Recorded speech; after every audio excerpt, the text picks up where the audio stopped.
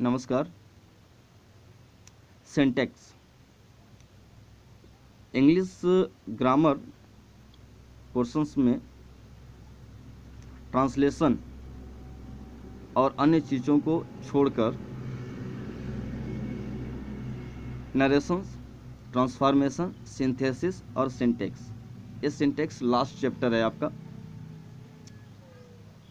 Transformation के कुछ examples और कुछ एक्सरसाइज मैंने आपको पीडीएफ और कुछ वीडियो भी भेजे थे, आप उसको अच्छे से स्टडी करेंगे। ये लास्ट चैप्टर है।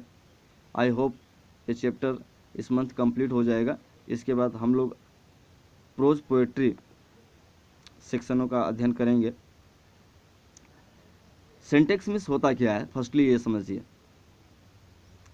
Syntax as the meaning of correct of sentences. Syntax as a arrangement of the sentences word in which proper places। Syntax का मतलब होता है वाक्यों को शुद्ध करना।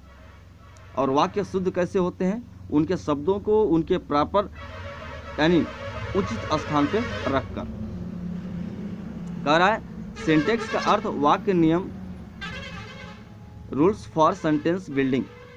वाक्यों में शब्दों का एक दूसरे से संबंध होता है। विभिन्न प्रकार के शब्दों में जैसे सब्जेक्ट और वर्ब में रिलेटिव प्रोनाउन और उसके एंटेसेंडेंट में अपना एक विशेष प्रकार का मेल, एग्रीमेंट और कॉन्सॉर्ड होता है। इस मेल यानी एग्रीमेंट और कॉन्सॉर्ड के अपने कुछ नियम होते हैं। अतः सिंटेक्स में relation of word to one another के अंतर्गत विभिन्न प्रकार के शब्दों के मेल के नियमों को, रूल ऑफ एग्रीमेंट और कॉन्सॉर्ड का अध्ययन करते हैं। वाक्य की शुद्धता में शब्दों के क्रम का भी अपना एक स्थान होता है। अतः सिंटेक्स में वाक्यों के शब्दों के क्रम, पोजीशन ऑफ वर्ड के नियमों का भी अध्ययन करते हैं। Similarly as the same process, I hope you understand the syntax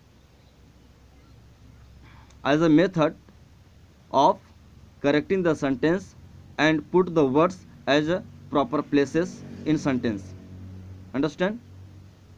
व्याकरण में कुछ ऐसे शब्द हैं जो दूसरे शब्दों का पर शासन करते हैं।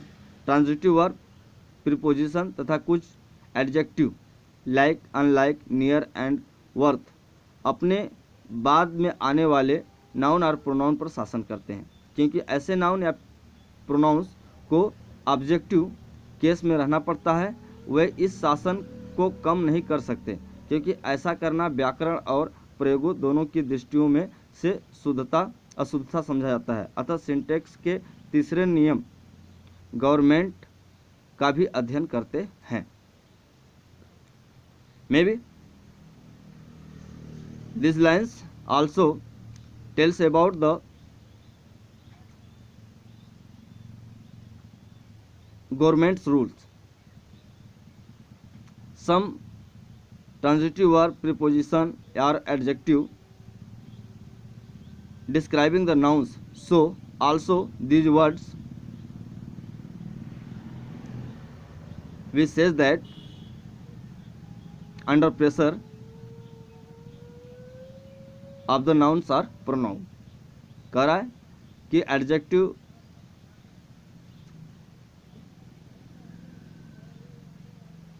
ट्रांजिटिव वर्ब, प्रीपोजिशन ये ऐसे शब्द होते हैं जो नाउन की विशेषताओं की व्याख्या करते हैं, उनका स्थान या उनकी क्वालिटी बताते हैं। तो इसलिए इनको गवर्नमेंट्स रूल्स यानी शासन करना कहा जाता है, और कुछ नहीं है। आप लोग जानते ही हैं, जैसे मैंने कहा कि दिस बॉय इज इंटेलिजेंट, तो बॉय तो नाउन है, लेकिन इंटेलिजेंट क्या है, उसकी क्वालिटी बता रहा है। तो इस कंडीशन में क्या होता है कि हम ये कह सकते हैं कि उसका शासन करना है। चलिए फर्स्ट इसमें एक्सरसाइज में है relative of words to another, rules of agreement और कॉन्सॉर्ड। ये वेरी सिंपल है, इसको हम आप सब जानते हैं। रूल्स फर्स्ट है सब्जेक्ट एंड वर्ब। आपको पता है कि सिंगुलर सब्जेक्ट के साथ सिंगुलर वर्ब और प्लूरल सब्जेक्ट के साथ